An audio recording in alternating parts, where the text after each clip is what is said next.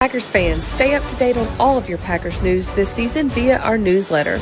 You can sign up for the PackersNews.com and more Journal Sentinel newsletters by clicking on the link in the brief field of this video.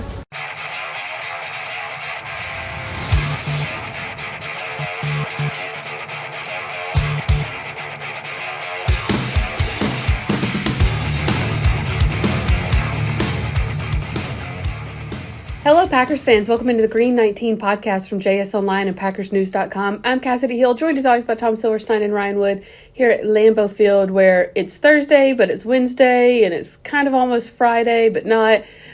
In other words, the Packers have a Monday night game this week. That kind of takes the schedule, throws it into a blender, especially coming off a Thursday game. 10 games. What? Right. What did you say? I just said a whole bunch of words.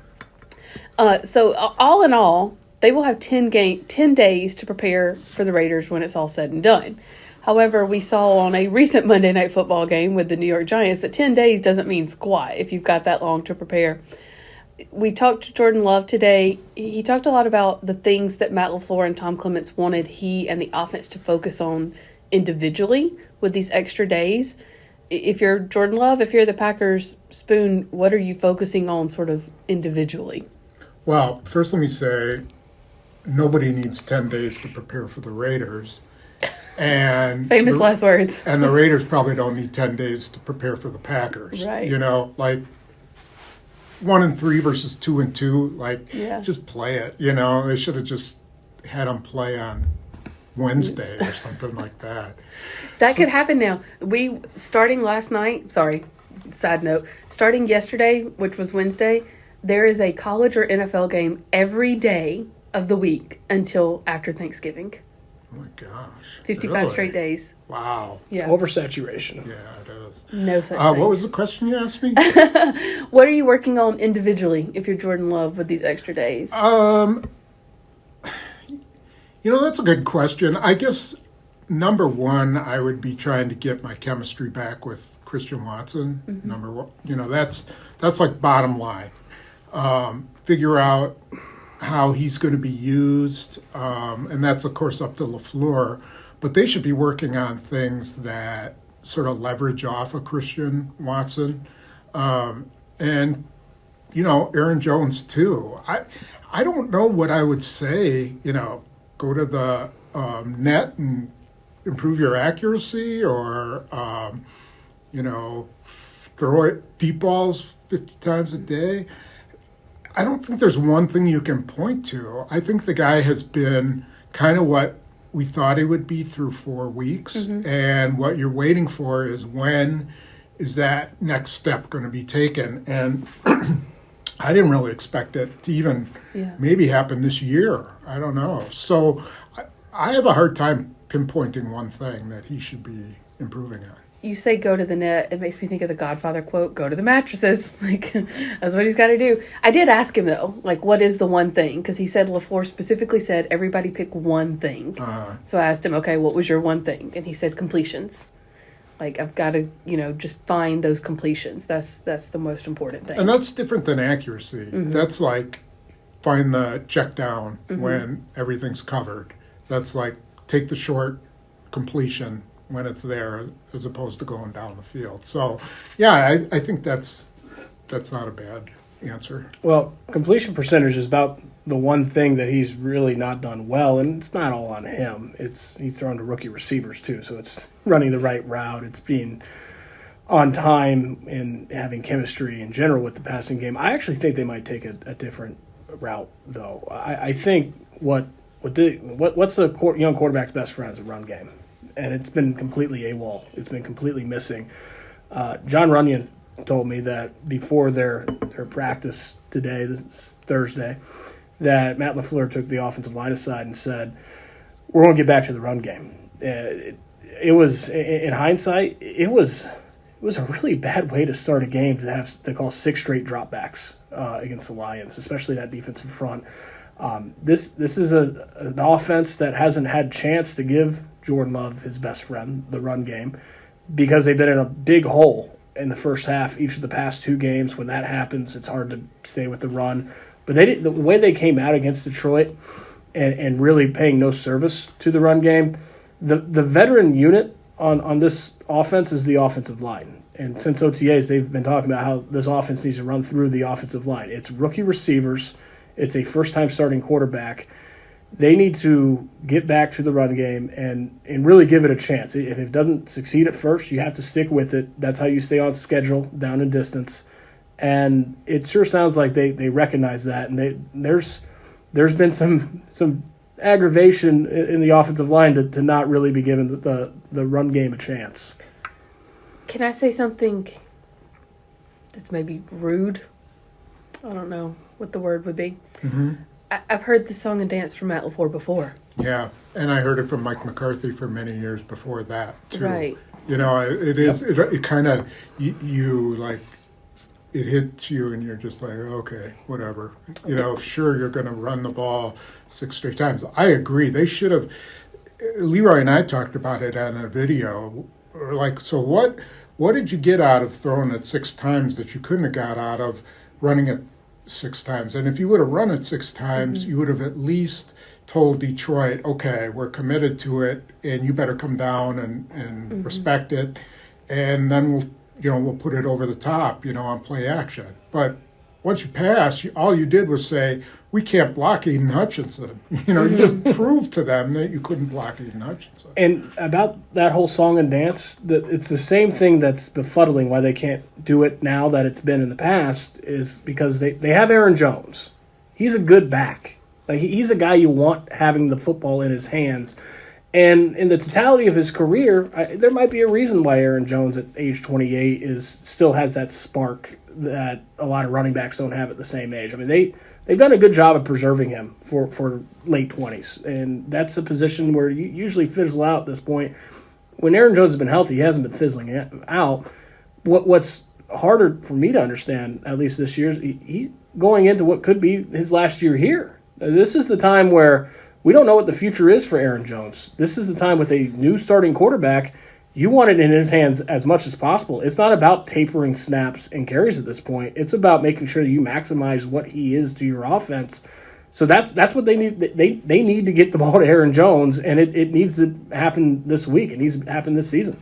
Well, back to what you were saying, Kassidy, where Love was saying, I need more completions. Well, since Aaron Jones has been gone, the matchup he had on the touchdown to Chicago, the screen, Aaron Jones was a big part of their passing game. And A.J. Dillon doesn't fill that void in any way that I can see.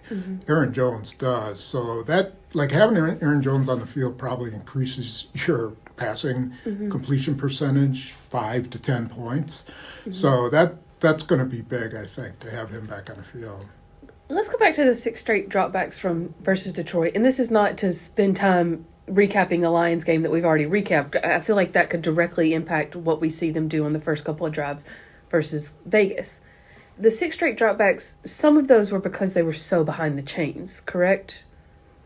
Not, well, yeah, maybe because like they number threw 4 and 5 or something. Yeah, like number 3 and number 6 because they didn't run the ball. They threw incompletions. I think, to your point, the totality of not giving the run game a chance, if you look at the big picture outside those 6 straight dropbacks, that's been a part of not really committing to the run game, is when they haven't been on schedule down in distance. But that's how you stay on schedule down in distance, is by running the ball. So that's my question from that. Aside from the 6 straight dropbacks, which of those should, like, some of those you understand them being passed because they were, like 3rd and 13 or whatever it was. But which of those should have been runs? 1st and 10. Yeah, I mean, I'd have to go back to play-by-play. It wasn't just those 6. I mean, it continued on. But what you do, and every offensive lineman that I've ever talked to here would say the same thing, which is you're playing the Detroit Lions, this physical, tough-nosed team. Let us slug it out for the first, quarter. Let us try to prove that we can play physical with them. If you're sitting there retreating, pass blocking, on the first 6 plays, you're not setting any kind of tone. You're not standing up to them. You're pretty much just retreating. And so I think every offensive lineman, and I've heard offensive linemen say it, just let us set the tone. They didn't do that. That's what John Runyon told me today. Yeah. You want to know what an offensive lineman's purgatory is? Starting a game with 6 straight dropbacks. That is the last, and it does set up that dynamic where the Detroit Lions, who are coming into your building trying to bully you, are allowed to bully you because you're on the back pedal the first 6 snaps. You're not taking the game to them. So that's in terms of Monday night against the Raiders. Look, they got Max Crosby, right? How do you nullify or try to neutralize a Max Crosby? You run at him. You don't let him get comfortable and just get into a rhythm, pin his ears back, and get after Jordan Love. You run the football at him. You take the physicality to a Max Crosby.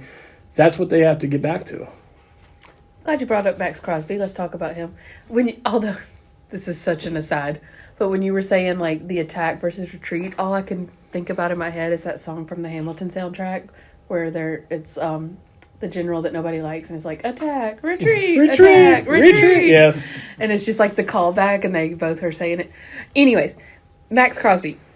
There are going to be times that you do have to throw the ball still and your left side of your offensive line could still be patchwork. So do you move Jordan Love out? Do you move him out of the pocket? What's the best way to neutralize Max Crosby in the passing game? Have Elton Jenkins play. I mean, that's probably the best way. And it looks pretty good. I mean, he's practiced 2 days this week.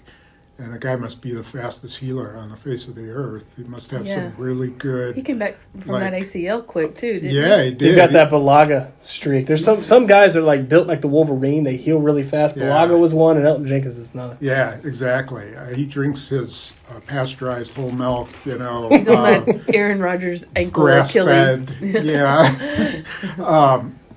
That's the best way. The other way is, what Ryan was saying, just run it at him and make him retreat. Not that he's a bad run player, because I don't think he is, but slam it in there and set. You're going to have the crowd on your side. If you can pound out 4, 5, 6, just get a drive going like that. That means a lot. So that's what I would do. I wouldn't sit there and let him rush against Rashid Walker, one-on-one 6 straight times. Didn't Jordan Love, because I was back, Jordan Love always has a big crowd around him when he talks, but when he was talking about completions, wasn't he saying that in the confines of how do you get these faster starts and these drive starts? Like, you gotta have completions. Kinda. The completions thing came up first, and then he was asked about how do you get a faster start, and he was like, well, it kind of goes back to that, just, finding those completions and keeping the ball moving. You know what else is good? Those 4 or 5 yard gains on the ground. They're maybe even better than completions because, in basketball, you hit a layup where you dunk it on someone. It's 2 points either way, but dunk it on someone, that sets a tone. There's momentum there. You be able to knock that defensive line off the ball, you get 4 or 5 yards on first down to set up a drive. That's even better than completions. I mean, that's you're running to set up the pass at that point. So, except this is the test. So if they have Christian Watson playing full, and now you got all 3 guys together, Jaden Reed and Romeo Dobbs, this is the game where you can run those guys off, take all the DBs with you and drop the ball off to Aaron Jones or Dylan. This is the test where, Jordan Love's going to look deep, but if he sees everybody dropping way back, hit that underneath thing and keep the chains moving. That's as good as a run. So I think that's something to look at is, are they going to just send those guys deep and try to let Aaron Jones work on people underneath, or maybe Musgrave or someone like that? You never go broke taking a profit. Right. It's true. And I think that's what he's talking about. He's like, in some of those instances where he held the ball, he was waiting for something to open up. I'll just hit the check down or throw it away. but Which is something he did really well during the preseason in the first week or two. It's like it fell off. Do you think that's part of just maybe being a young quarterback and getting flustered and being like, I got to find the big play? having Aiden Hutchinson, That's true. face mask right in your face mask. Yeah, I mean, it's his first time having that kind of four-man pressure. It was ridiculous how bad it was. And not having Aaron Jones on the field. Yeah. Because he's your check down guy. So to have him back in full capacity, I agree with you, Spoon. That's 5 to 10 points on the completion percentage, and those are those easy net profit plays that you just get it to your best player and let him do something. I'm going to circle back to something that we talked about 10 minutes ago, according to the timestamps. Going back to, okay, we're going to commit more to the run game. Telling the offensive line we're going to commit more to the run game. Can this offensive line run block? Good question. It's a very good question. Really good question. Well, the offensive line is it's becoming a hole this week. John Runyon told me that it's a sprained ankle for him and that he felt not great Tuesday. He felt pretty good today, and barring a setback, he expects to play Monday night. Sure looks like Elton Jenkins is going to be able to play Monday night. So they should be the closest that they're going to be without David Bakhtiari to having their first string offensive line together in some time now. There's no more Royce Newman at left guard. This is the week to really test that theory. All right, so if you're going to recommit to the run, can you run block? Now the ball is, they might not be touching the football, but the ball's in the offensive line's hands. And this could be a good game to do it because yes, the Raiders have Max Crosby, but who else do they have in that front seven? Bilal Nichols, he's a decent player, or was a decent player. Jerry Tillery, when he's not hitting guys out of bounds, is a pretty good player. Their defense is pretty decent, and they'll be physical. But I think the Packers. I think Rasheed Walker probably is a decent. I think he was a decent run blocker. Elton Jenkins, we know, is a really good run blocker. Josh Myers is a better run blocker than he is a pass blocker. So there you go, your left side, you already look okay. Yeah, run that, or if you have to throw, Josh Nijman in there as the sixth offensive lineman and pound it a little bit, You've also got, and we've seen more and more, and you'll have presumably Luke Musgrave back. Looks like he's out of concussion protocol. Have you ever seen... This may be a dumb way to ask this, but have you ever seen an offense run this many multiple tight end sets? Oh, well, yeah. I mean, LaFleur has liked multiple tight ends. McCarthy loved multiple tight ends. It kind of depends on what your receivers are. So when McCarthy had Greg Jennings, James Jones, Jordy Nelson, and who else? Donald Driver, he wasn't running double tight ends, He was using those four wide receivers. LaFleur has a rookie, a second-year guy, and two second-year guys. So I think there's times he does want to run, to protect the quarterback, give the impression that they're going to run the ball, and not put all the heat on those guys. You know who else likes running multiple tight ends? Kyle Shanahan. And I haven't seen the personnel grouping rankings this season, but I know the last couple of years he's led the league in 12. I mean, that's his offense. If you count Usyk as a tight end, and so that's like counting DeGuara. Yeah, absolutely. The reason I mentioned there's just so many times I've seen three out there. Like I feel like you keep up with the plays. I feel like it's more often three than one. The reason why I mentioned Kyle Shanahan is because Matt LaFleur's offense is a derivation off of what the San Francisco 49ers run. He learned offensive football from Kyle Shanahan. That is his mentor. So I think that both those guys view a great tight end, and Packers they're young, so they don't have one at this point, but a great tight end is the queen on the chessboard. You can do everything with a great tight end. George Kittle, that's a queen on the chessboard of the San Francisco 49ers offense that Packers would like very much to have a tight end emerge as that type of guy. So it's just the versatility of that position gives you so many opportunities to be creative and to open things up. Let's talk about Davante Adams. this is a guy that a lot of Packers are very, very familiar with. Jaire Alexander talked at length about him today and said he's been looking forward to this matchup, of course. He's been looking forward to it since the beginning of the year.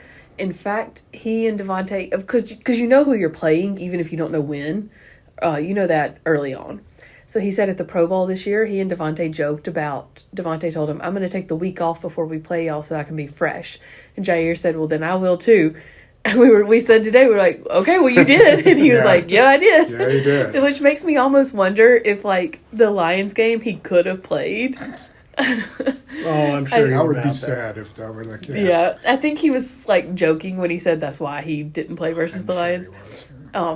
But that being said, you know, he is coming into this fresh. Davante Adams left the Raiders last game with an injury, but he came back and finished the game. How forward are you looking to this matchup? Because you've seen it in training camp before, but now we're going to see it on a field. And Jaire said he did tell, like, it's been known he wants to be on Adams the entire game. Yeah, good luck with that. Those two worked. I remember that Jaire Alexander, always asked to line up against Adams, and then they would talk after training camp practices all the time over, this is what I was trying to do to you, and he taught Jaire Alexander a lot about playing corner.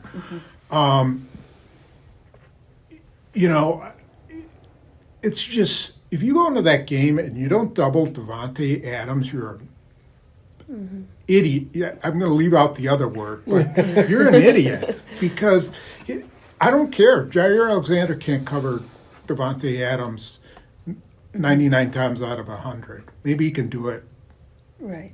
50, 60 times out of 100 or something like that. But Davante Adams is going to hurt you, and you better be ready for him. Why is that? Is it just because of his physicality? Is it his moves? Like, what is it that gives He's one him of the the best advantage? receivers in the league. He's got the best get off of anybody at the line of scrimmage. His feet are better. He's like Allen Iverson off the line of scrimmage. And so once you win that, then he's got the size. Jaire Alexander's not going to be able to muscle him.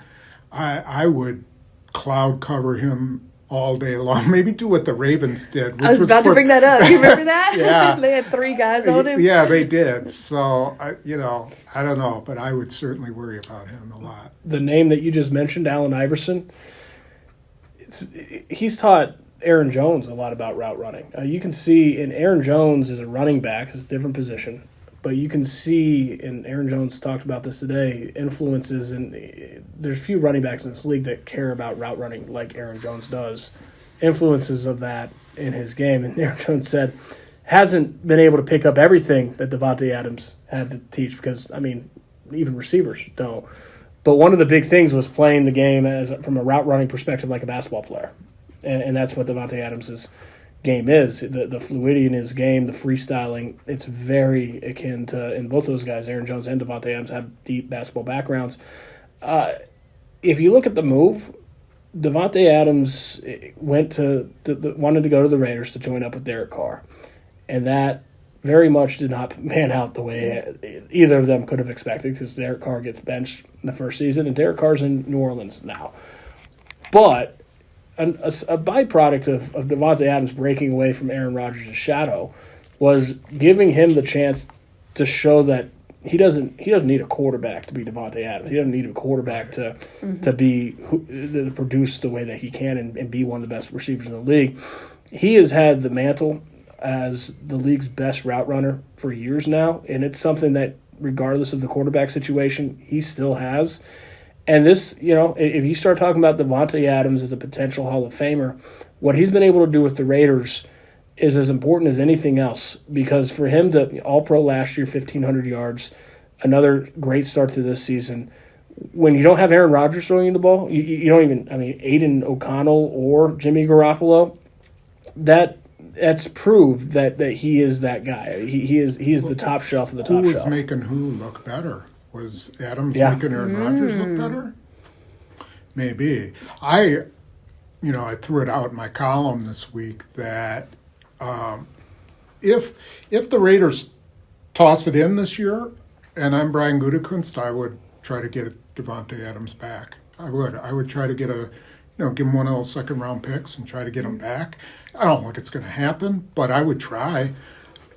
First of all, where's he going with the Raiders? Nowhere. Right.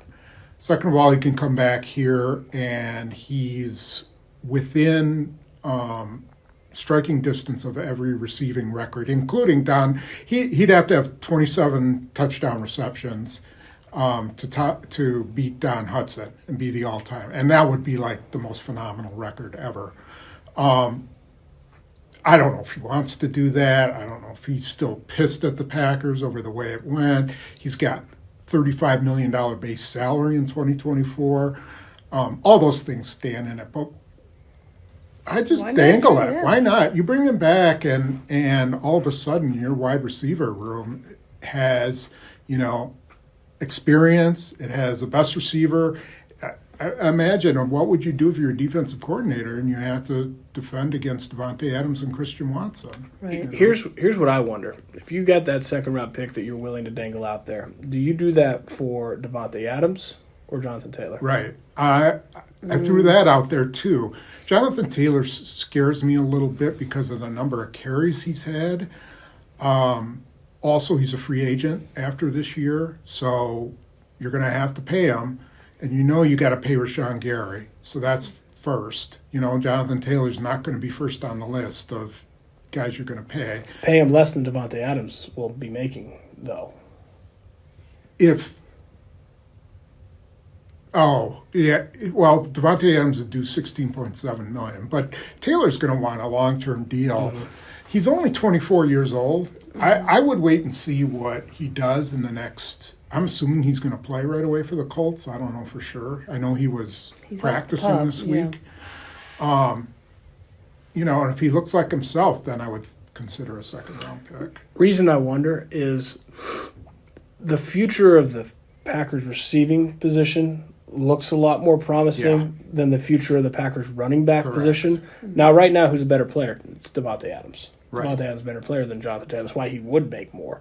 Who helps your new quarterback better? Probably Davante Adams. Yeah. So, but I think that'd just be fascinating. How because they go 11 personnel. They got 3 young guys there, in Christian Watson, Romeo Doubs, and Jaden Reed that look like they're pretty promising. With that said, Davante Adams would be a great mentor to those guys. I mean, who better in the league to learn from than him? Yeah. I think that's a fascinating. But how old is he? I'm sorry. Let me just before I forget it, because I will forget it. With Jonathan Taylor, one of the things that kind of makes him more valuable is that Dylan's gone. Mm-hmm. Aaron Jones, you'd like to keep him around as a complementary back to Jonathan Taylor. But if he's healthy and he's playing anything like he was, that changes everything in your offense. All of a sudden, he's 24 years old. If you can get, it's not like he's had a knee injury, he had an ankle scope. That's, you're set at running back for a long time. It's just, do you want to pay that much? Having Aaron Jones and Jonathan Taylor together, theoretically, hypothetically, next year, boy, both would benefit from that too. Mm-hmm. Because neither one of them actually has to be a workhorse. You can take snaps and carries off of them and preserve them in a way that I don't know that you can do with Aaron Jones and A.J. Dillon right now, because A.J. Dillon is not holding up his end of the bargain. So that's a benefit as well.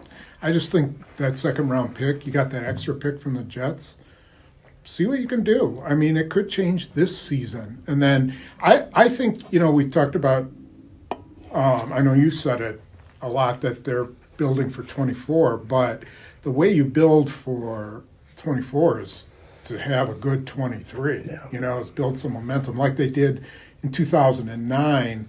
They had a really good year, made it to the playoffs and were this close to taking it to the next round.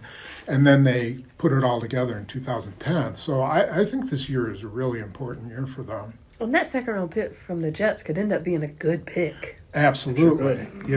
Like you might have to say, we'll give you the lower of the 2 picks. or the higher, whatever. You know, However, whichever pick is better. However you say lower, it's like when people say, you know, if you're going to move something from 230 to 330, are you moving it forwards or backwards? Yeah. So. Which is a lot like that Chase Claypool situation last year where they lost out, and fortunately for the Packers, they did. They lost out because the Pittsburgh Steelers thought that the Bears would have the worst record. And they were. Chase Claypool, they were going to give up a second for him. Yeah. Darren Waller, who's still a good player, but the Giants got him for a third, and he was hurt all last year, so that didn't help you. Kadarius Toney was another guy they talked about trading for. Yep. Like dropped 3 balls in the first game, you know, and now he's pretty much banished to the bench. T.J. Hawkinson was another. They would have had to end up paying him $17 million a year. So the best thing he did last year was not trade that second round pick, Right. Because they also got Jaden Reed, Wicks, and Brooks out of that second round pick by dealing around in the second round. So I was looking something up because I have Kadarius Toney on my fantasy team, and he did like have a bad week 1, but I think he had a really good week last week. I don't know. He's got like 7 catches for the year or something like that. The week 2, he had 5 for 35, and then 2 for 20. Yeah, I think the point is that Davante Adams and Jonathan Taylor are both not Kadarius Toney. He might have a good week, he's on my bench. but they're in different stratospheres of NFL. Yeah, he's on my bench. Let's go back to this game. That was a very interesting conversation. I'm glad we went into that. Let's go back to this game and just wrap up the Jaire Davante part of it. Jaire did talk about all Davante Adams taught him during training camp and gave him a lot of credit for who he is as a corner now. Does that give one of them an advantage in this game, how well they know each other, or is it kind of all a wash? And to the other part of that, as you said, they probably should double team him. Who do you pair with him? Well, that's just a scheme thing. I mean, whatever side he's on, safety, you can drop the outside linebacker underneath, you can drop the inside linebacker underneath. It's not a prescribed person. It'll just be, you know, however they line up, if they do it. Do you think it gives either one of them an advantage how well they know each other? I don't think so. I think All comes out in the both wash? know each other inside and out. I don't think that makes enough difference. I think in this case, the advantage goes to the player going forward. Right? Jaire Alexander's top corner in this league. Davante Adams, the top receiver in this league. That's advantages are stalemates, but every now and then you get a receiver. It doesn't matter who you put on him. Yeah. Davante Adams is that guy. It doesn't matter who you put on him. That's no disrespect to anyone across from him. It's just Davante Adams is that guy. If the Raiders do go with the run game, they've got Josh Jacobs, who this year has really kind of struggled to get anything going, but he was still the leading rusher in the NFL last year. Do you think it's just a matter of him finding that game he needs to pop off, and could this be that game for him? If he's looking for a defense to run on, this is the one, you know. Yeah, their offensive line, Raiders' offensive line's been disappointment, not very good. So I think that's part of it. Jacobs, I guess, he's been playing better, and I think he had some nice runs in the Charger game. But yeah, he must be extremely excited to be facing the Packers' run defense. Well, Josh Jacobs led the NFL in rushing last year. His first 3 weeks of the season, 57, 69, 66. He had a slow start last year, too. So for him, what better way to do what you did last year and jumpstart after the first month and have the Packers' run defense come in? That's what he's 62 is his high for the first 4 games this year. That doesn't matter. He's a top shelf running back, and this is not a top shelf run defense. I asked Eric Stokes about him because he played him when they were at Georgia and Alabama, respectively. And he said, you have to hit him behind the line because he said as soon as he gets ahead of steam, he's gone. So you have to get him down behind the line. Do they have the pressure to do that? They do. Their problem has been, they get up the field, but the problem is that teams have been knocking them out of their gaps, or they've been too aggressive in getting out of their gaps, and then teams run right to where they should have been. So they just have to be more disciplined with holding their gaps and not chasing stuff. I think that's a big thing. Yeah. And then you have the Jimmy Garoppolo part of it, who I believe is out of concussion protocol, or he presumably will be by this game. They're expecting him to play. Yeah. And someone that, on paper, it seems so simple to explain what he does, but someone that has also kind of been able to get past the Packers a couple of times in recent years. And I would very much call him probably a game manager. But does that matter against this defense? I mean, could he just play around them, so to speak? Well, where I think what a game manager does is he doesn't just manage the game, but he gets the ball to his best players. And that's really what Jimmy Garoppolo's game is. And on that Raiders offense, there's two studs in Davante Adams and Josh Jacobs. Those are two guys that the Packers defense, regardless of quarterback, if they get it to them, they're going to have their hands full. So, to your point, Jimmy Garoppolo might not be the flashiest quarterback on the stat sheet. He has had a tremendous amount of success against the Packers defense historically. But part of that 2021 NFC Championship or 2019 NFC Championship game, they ran the ball they threw the ball 8 times. It was just give the ball to your best player, and he's the type of guy that if it's working as a quarterback, he's just going to keep going with it. He's very in sync with his play caller. So I think that's the Raiders' offensive game plan is how many touches can Davante Adams and Josh Jacobs account for, and the more the better for them. Garoppolo's going to throw it up there, though. I mean, and he's got 6 picks. Mm-hmm. So, 5 touchdowns, 6 interceptions. The Raiders are -9 in takeaway. Whew. So through 4 games, they've turned it over 10 times and got 1 turnover. Joe Barry's about to play so much zone. Yeah, so it's not like this is when Jimmy Garoppolo was really good. He had Deebo Samuel and George Kittle and Raheem Mostert and all these guys who were really good. This is a little bit of a different deal. But like, you said, Ryan, he'll get the ball to his guys, and then you just got to put some pressure on him. Figure out a way to, he's not going to be running out of the pocket. You got to get Rashawn Gary after him in a big way, and Kenny Clark. Catch the ones he throws to you. Right. Catch the ones he throws to you. Yeah, I think in that Steelers game I watched, he had like 2 or 3 just in that game alone. Some of those were tips, but that's if you're a defense, that's what you got to be ready for. Tips and overthrows. That's how you get your interceptions. One guy on the Raiders that doesn't get talked about a lot, but I feel like could sneakily hurt you, especially if you're leaving sort of that underneath stuff open, which this defense is apt to do at times, is Hunter Renfrow.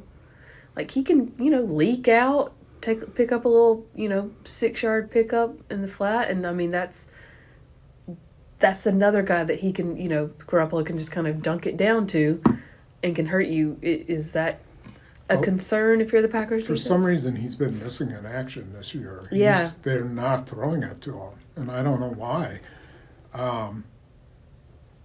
Josh McDaniel will have to speak to that, but yeah, I agree. Hunter Renfrow could be a guy who could, use up Keyshawn Nixon. And but I don't know if they're going to throw it to him or not. For some reason, he doesn't fit into what they're doing. Or Garoppolo is not a good fit with Garoppolo. I don't really know.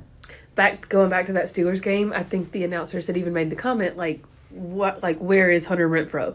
And then right as they said that, Garoppolo threw one to him that moved the chains, and it was like, fourth quarter. They had to pick it up. And so he's never there, and then he shows up. It seems like, at least in years past. Well, the other receiver, Jacoby Myers, is a pretty good player, too. Mm-hmm. He was a solid player for the Patriots. And so they do have 2 decent wide receivers. What did they do to replace Darren Waller? Who is the guy? I can't think of his name right now. Is it Foster Moreau? That's a name. No, it's I can't think of who it is. But they don't have Darren Waller, no. Yeah, Ryan will look it up for us. So, They have Michael Meyer. They drafted Michael Meyer from Notre Dame. Okay. Yeah, and he's not done a whole heck of a lot. Yeah. Well. So Austin Hooper. yeah, Austin Hooper. Yeah. Of course, one of the bigger storylines of this game, whether it will make a difference or not, is the brother versus brother. Anders Carlson versus Daniel Carlson. Jaire Alexander did not know that Anders Carlson had a brother that kicked for the Raiders. Didn't even know I'll that bet you he had a brother. 60% of the locker room doesn't know that. Really? Yeah, at least. Kickers are people too. Yeah. But Hashtag kickers are people too. Half those guys don't even know the team has a kicker. You think? Have you ever Could seen you that spell video? the kicker's name? What was the Use it in a video sentence. with I can't remember which team it was now or which game it was, but it was like a defender. Oh, it was when I was covering Florida. Somebody asked Dominic Easley, who went on to play for the Patriots for a good while, like the quarterback had gotten hurt, so it was the backup quarterback, and somebody asked Dominic Easley, like, what do you see from him in practice? And he's like, who? And they said the name again. He said, who's that? Had no idea who this backup quarterback was on the team. So probably the same thing. Yeah. That being said, could be an interesting little, this could be a game with two offenses that are still finding their way. Could come down to a kick. Neither one of those guys has missed this year. Really? Well, you just jinxed them. Perfect field goals, perfect extra points. And Anders Carlson's got 2 from over 50. Mm-hmm. He's been their best player so far. I mean, He learned. camp doesn't matter. Yeah, he talked today about learning a lot from his brother too, because his brother's 4 years older than him.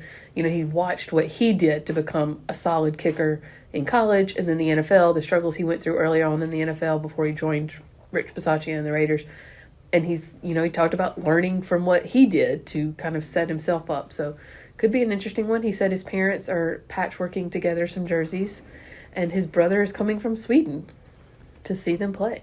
Here's where I think that positive role model might have helped is, and it's still early, we don't know. We can't make any grand statements about anyone on this young team through 4 games, but Anders Carlson really did struggle in camp. He missed a lot of kicks, and he kind of went through it a little bit as a rookie, trying to correct his technique and get things on track. And you're a drafted guy at that position where guys don't get drafted. And Anders Carlson knows that it might not be perfect at the start because Daniel Carlson got cut as a drafted rookie at a position you don't get drafted. I wonder if that helped kind of keep his patience and not let him lose his head and recover, because he has through 4 games looked pretty good. When you have that, when you see that up close, someone in your own family, it can't hurt. So maybe that has something to do with how he's been able to turn it around so far. There's 2 guys I would not want to put on a lie detector test if I were the police and trying to get somebody in a Where lie. is this going? Yeah, I'm here for it. One would be Anders Carlson and the other would be Jordan Love, because they don't have a pulse. They don't. They do not have one bit of anxiety in their body, Right. the way they come off. Anders Carlson, you would think that he's just some guy who's a sophomore at UW Green Bay or something with, I'm living the good life right now. He shows me no bit of tension or stress or, everything's like, yeah, I missed a few, and Love is the same way. He's just like pulseless. Somebody asked Love today, like, how important it would be to, like, have Jones and Watson back out there not on a snap count. And he went, yeah, it'd be good. Yeah. And that was You ain't wrong. Yeah, That's it'd be true. good. Yeah. And so, while we're on special teams real quick, this may just be me, like, going too far, putting way too much into it, because I'm sure the guys are not putting this much into it. But we've seen special teams not necessarily be as aggressive through the first 4 weeks as they were last year, especially the latter half. Some of that is because teams are kicking away from Keyshawn Nixon so much. But could we see that edge up a notch this week because this could kind of be a revenge game for both Rich Bisaccia and Keyshawn Nixon. You know, both people that the Raiders kind of said, thanks for your time. You know, don't let the door hit you on the way out, and now have looked to revitalize their career. Well, what hurts for Keyshawn Nixon is that they're kicking this game indoors. So I don't think that you haven't seen him get a lot of opportunities in a weather-controlled environment. I think you're going to see a lot of touchbacks. Yeah, he's not going to really get kickoff opportunities, good opportunities, until he's playing at home in November and December. Yeah. And that's what happened last year. With the Vikings. Yeah. He really kind of broke loose, although Miami he did too. But, you know, right now everything he's fielding is 7 to 9 yards in the end zone. And, you know, I look to see, in my mind, I'm like, his return average must be not very good, but he's averaging 25 yards a kick. He's the leading kick returner in the league because he keeps taking it back from the 9. Yeah. He's getting it out to like the 14. Yeah, and I think the Packers have the lowest, don't quote me on this, but I think they have the worst average drive start of any team in the league after kickoff. Some of that is because of penalties, though. That's true. Like, yes. and Nixon's even had like some good returns that have come back for penalties. Yeah, he had one really good one that was returned, but still, it's also like, you know, Right. I mean, if I'm Bisaccia, I would be like, all right, I would draw a line in the end zone and tell Nixon, because in this game, he is going to be super hyped up. Yeah. That's the kind of guy he is. I would draw a line and say, if it's behind that line, you may not, or else I'm going to send you home. Spoon, you make a good point. Keyshawn Nixon didn't return a kick last year until week 6. First 5 games, they didn't trot him back there once. He was not their returner until week 6, and it wasn't punts until week 10. Yeah. So, to your point of he might not get good, he didn't get any opportunities until the first month and a half last year, and look what he did with them. So, you know, I think that there's still value there, especially when the weather gets cold. But until then, and if they're inside, watch it through the end zone. Yeah. What's going to be interesting is to see if he plays with his hair on fire on defense. Because that's a place the Raiders never really wanted to use him. You know, he was a backup to a backup on defense, and now he's the starting nickel. You know, He still has a lot to prove there, because when Eric Stokes comes back, and that's something we can address, you know, they could move Rasul Douglas back to the slot. They could move Alexander to the slot, and then Keyshawn Nixon is, you know, like you're back to being a special teams dime player. And I think you have to get Eric Stokes on the field. You absolutely have to. I'll say this about Keyshawn Nixon, to your point.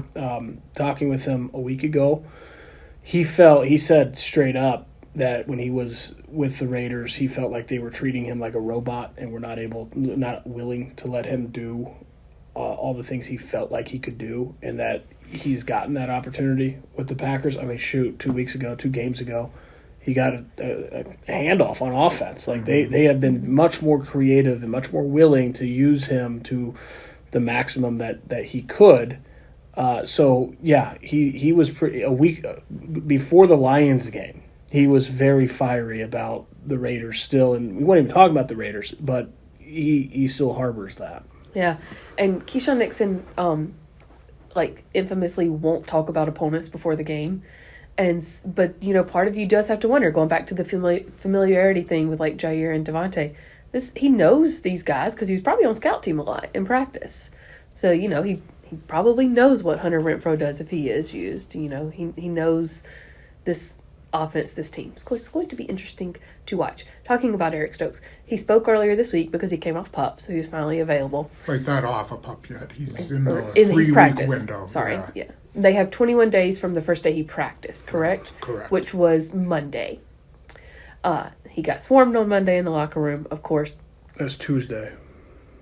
You're right. It was Tuesday. My days are running together. Time Nobody means knows nothing. what day. I had to think about that for a Don't second. worry about It's it. all in a blender. Tuesday, when he practiced, he said afterwards, and a lot of this probably has to do with just, you know, him trying to be a good teammate and being humble, but to your point about what does he do, he talked like he knew Rasul, Jaire, and Keyshawn Nixon were the starters, and that he had to just fill the gap.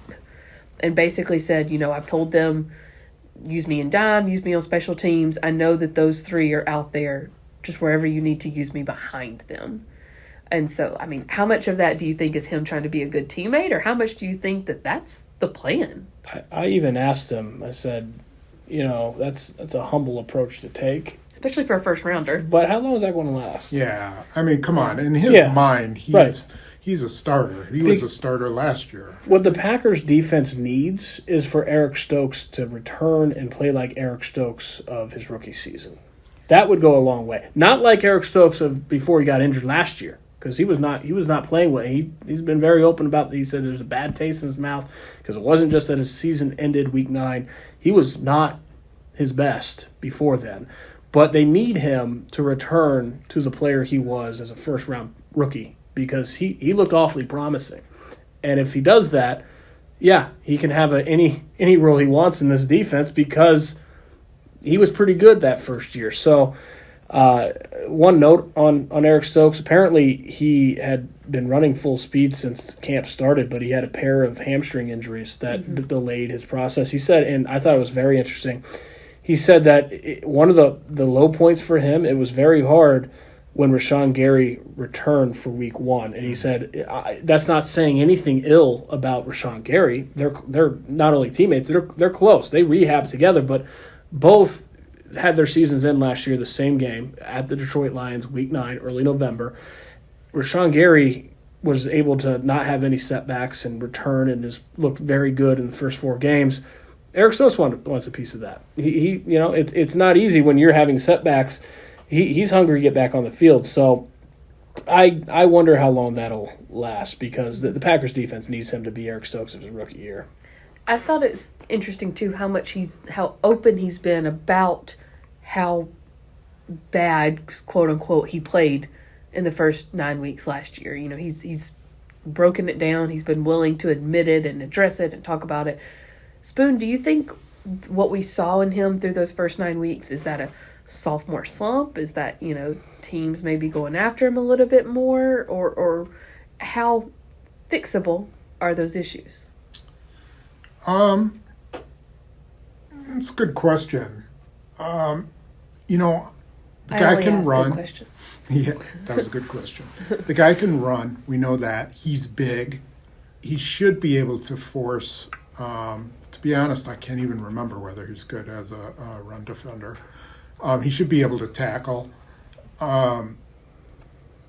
He just doesn't have like the fluidity of Jaire Alexander or Keyshawn Nixon. He's more like Rasul Douglas, with a little bit stiffer. But he can catch up. He has catch-up speed, and teams can't beat him deep. He just has to learn that, I think what got him in trouble a lot was, breaking on stuff that wasn't there. Double moves got him in trouble.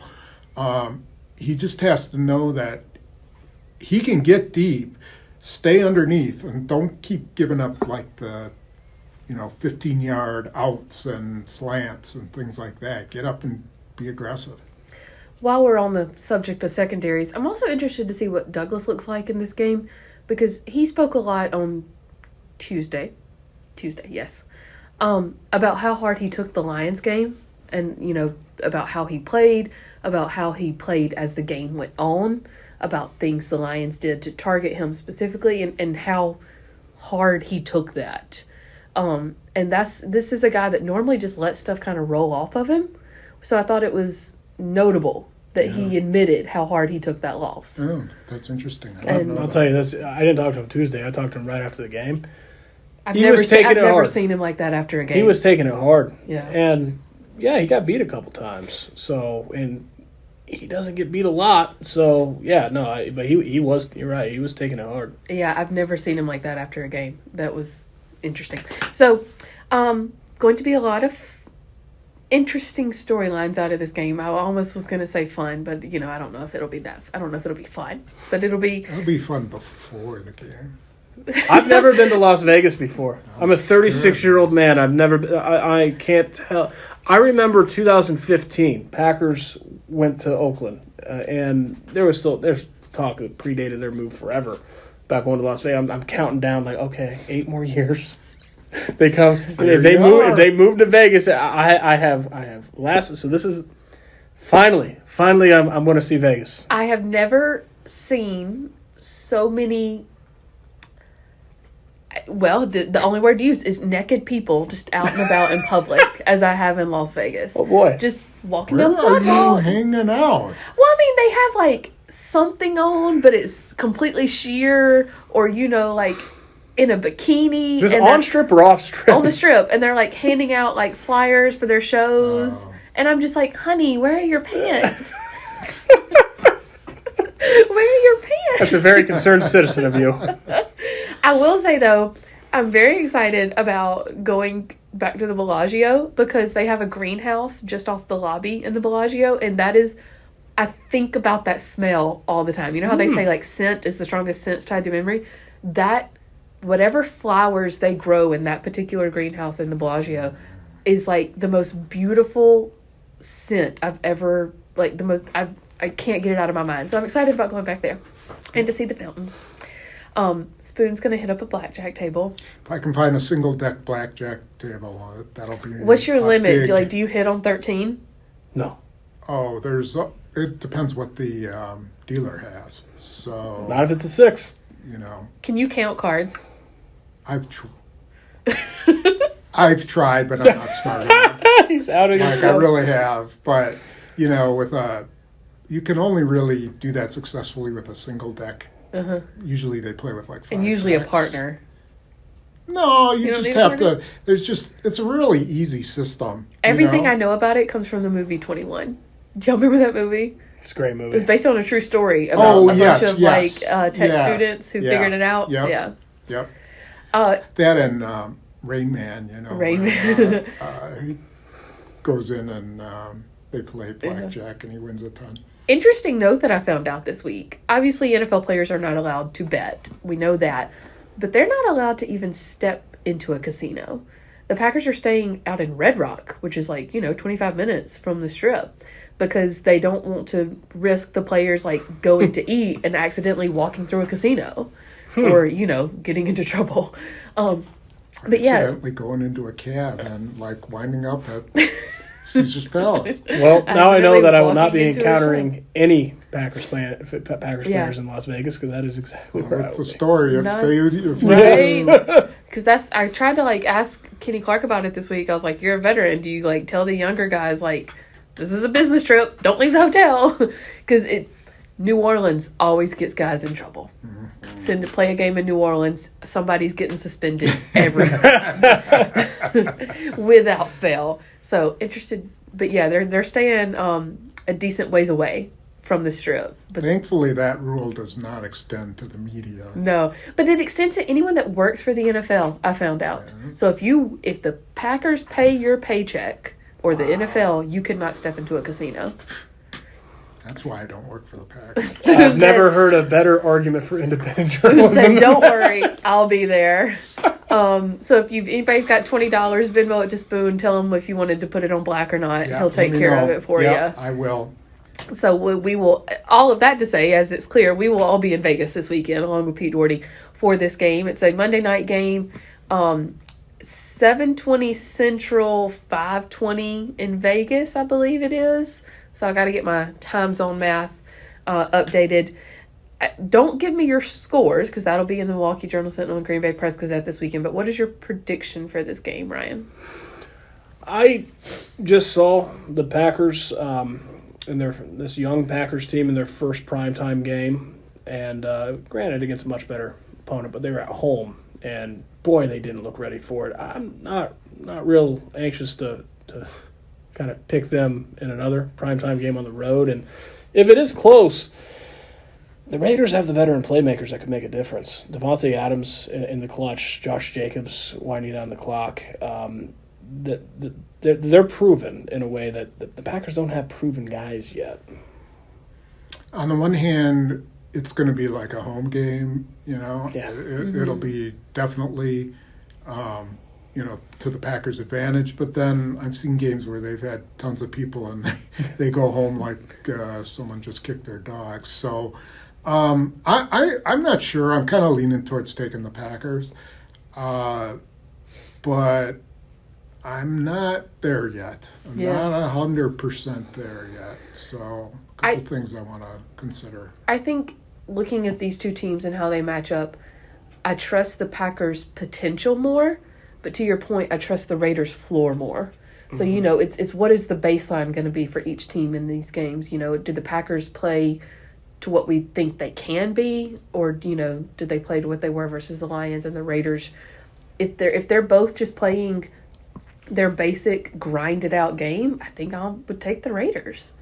But, if Christian Watson has a good game, if Aaron Jones has a good game, if Elton Jenkins is back. Yeah, we just don't know.